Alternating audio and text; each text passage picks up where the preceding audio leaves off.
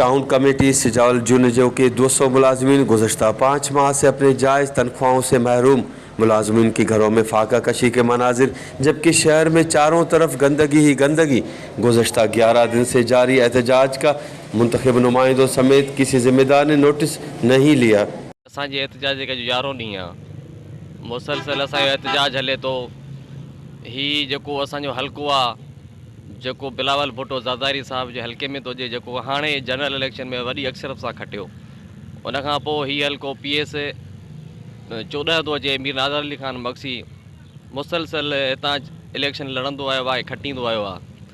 पर असांखे इहा ॻाल्हि सम्झ में कोन थी अचे त पीपल्स पार्टी वारनि जो ई असां सां को माटली मां वारो सलूक आहे, या जेको आहे सो अहिड़ा के कारनामा आहिनि जेके सियासी इख़्तिलाफ़नि जे करे ही बढ़ चली वियो आहे। तालको 2005 में असांजो हे तालको ठहियो, उन खां पोइ तालका म्यूनसिपल एडमिनिस्ट्रेशन हली, तालका नाज़िम हो।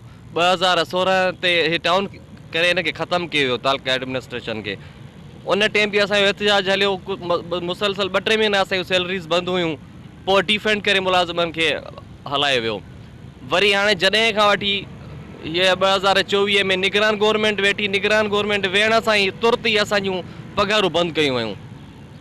निगरान गवर्नमेंट खां वठी हिन वक़्त ताईं पाकिस्तान पीपल्स पार्टी हुकूमत ठही चुकी आहे, पोइ बि को नोटिस न वरितो वियो आहे, न ई असांजूं पघारूं इशू कयूं वियूं आहिनि। ईद मथां अची रही आहे, घरनि में फाका आहिनि, रोज़ा रखी कोन था सघूं। बचड़नि खे असां ख़ुशियुनि जे लाइ, ईदनि जे लाइ कहिड़ा कपिड़ा वठी ॾींदासीं। आज असांजो टाउन कमेटी सिजाल जुने जो बहाल न आहे, उन जे करे 5 महीना असांखे पघार न मिली आहे।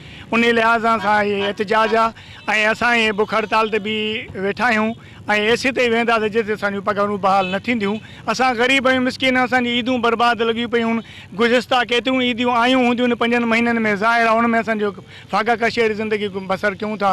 असां बि मीडिया जे ज़रिए ऐं पूरो जेको आहे तमुन वारा माण्हू आहिनि ऐं वस वारा माण्हू उन्हनि खे अपील था कयूं त महिरबानी करे असां सां सहकार कयूं। असांजा वस वारा आहिनि, असां उन्हनि खे अपील कयूं था त ख़ुदा असांजे बचनि ते रहम कयो, असांजे बचनि ते रहम कयो, असांखे फाका कशी को बचायो, असांजी पघारूं आलान कयो। एहतजाजी मुजाहरे में शरीक मुलाजमीन का वश न्यूज़ से बात करते हुए मजीद कहना था कि जुल्म की इंतहा है कि गुज़श्ता 5 माह से 200 मुलाजमीन फाका कशी पर मजबूर हैं।